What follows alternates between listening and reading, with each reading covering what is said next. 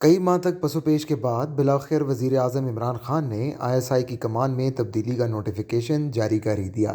تاحال یہ بات واضح نہیں اور نہ ہی اس کا کوئی منطقی جواز دکھائی دیتا ہے کہ انہوں نے GHQ کے مطالبے کو ماننے سے کئی ماہ تک انکار کیوں کیا اور پھر اب اگلے روز کیوں تسلیم کر لیا۔ اگر انہوں نے ابھی بھی بادل ناخواستہ کیا ہے کہ ان کے تعلقات ٹوٹنے کے قریب تھے تو پھر انہوں نے پہلے ایسا کیوں نہ کر دیا جب ان کے تعلقات بے حد خوشگوار تھے۔ اب وہ اسٹیبلشمنٹ کا اعتماد ہی نہیں کھو چکے، ان کے درمیان تلخی بھی پیدا ہو چکی ہے۔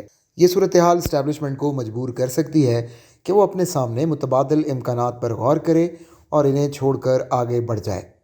لیکن یہ کچھ کرتے ہوئے عمران خان نے ایک ناقابل یقین کام کر دکھایا ہے۔ انہوں نے تحریک انصاف اور اسٹیبلشمنٹ کے ایک صفحے پر ہونے کے بیانیے والا ورق پھاڑ دیا ہے جس کے برتے پر وہ حزب اختلاف کو کم از کم ایک عشرے تک دبائے رکھنے کی دھمکی دے رہے تھے۔ حزب اختلاف کا جمہوری الائنس 2 برسوں میں ایسا کرنے میں ناکام رہا تھا۔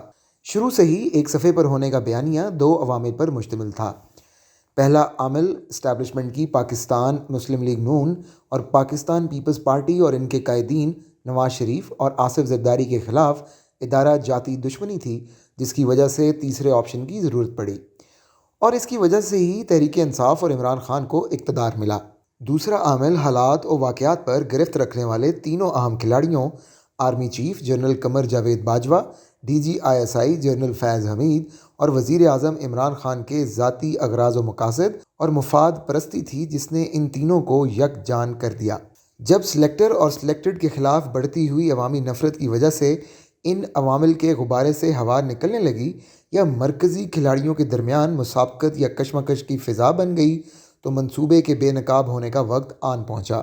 پہلے دونوں کھلاڑیوں نے تیسرے کو اقتدار میں لانے کے لیے کوئی خفیہ ہاتھ دکھایا تھا۔ اس کے انعام کے طور پر جنرل باجوہ کو 3 سال کی توسیع مل گئی اور اس کے بعد جنرل فیض نے چیف بن کر عمران خان کو اگلی 5 سالہ مدت کے لیے بھی کامیاب ہونے میں مدد فراہم کرنا تھی۔ اس دوران یہ بھی توقع کی جا رہی تھی کہ عمران خان اچھی گورننس کے ذریعے عوام کا دل جیتیں گے اور یوں اسٹیبلشمنٹ کی مہرہ سازی کا جواز نکل آئے گا۔ لیکن سلیکٹڈ کی شرمناک حد تک ناقص کارکردگی اسٹیبلشمنٹ کی ساکھ کو زک پہنچانے لگی، لیکن یہاں تک کہ وہ عوام کی تنقید کا براہ راست ہدف بن گئی۔ نواز شریف اور ان کی بیٹی مریم نے اس بیانیے میں جان ڈال دی اور اسے آگے بڑھایا۔ ان کے بیانات نے اسٹیبلشمنٹ کی نمائندگی کرنے والے جنرل باجوہ اور لیفٹیننٹ جنرل فیض حمید اور عمران خان کے تعلقات بگاڑ دیے۔ مؤخر الذکر دونوں شخصیات الزامات اور تنقید کی زد میں آ گئیں کہ انہوں نے اسٹیبلشمنٹ یا ملک کے مفاد کو پس پش ڈال کر محض اپنا مفاد دیکھا۔ اب اسٹیبلشمنٹ کے پاس کوئی آپشن نہیں بچا سوائے یہ کہ وہ اپنی ساکھ کی بحالی کے لیے جنرل باجوہ کے پیچھے کھڑی ہو جائے، لیفٹیننٹ جنرل فیض حمید کو ایک طرف کرتے ہوئے عمران خان کو چلتا کر دے۔ اگلے سال شفاف انتخابات کے انعقاد کے ذریعے پرانی لیکن مقبول عام جماعت مسلم لیگ نون اور اسٹیبلشمنٹ کے حامی نئے وزیر اعظم شہباز شریف کو آگے آنے اور ملک کو ہونے والے نقصان کی تلافی کا موقع دے۔ بے شک عمران خان ابھی بھی اس پیش رفت کو سبوتاژ کر سکتے ہیں۔ قبل اس کے کہ جنرل باجوہ ان کی رخصت کا اہتمام کریں، عمران خان انہیں برطرف کرتے ہوئے لیفٹیننٹ جنرل فیض کی بجائے کسی سینئر جنرل کو اگلا آرمی چیف نامزد کر سکتے ہیں۔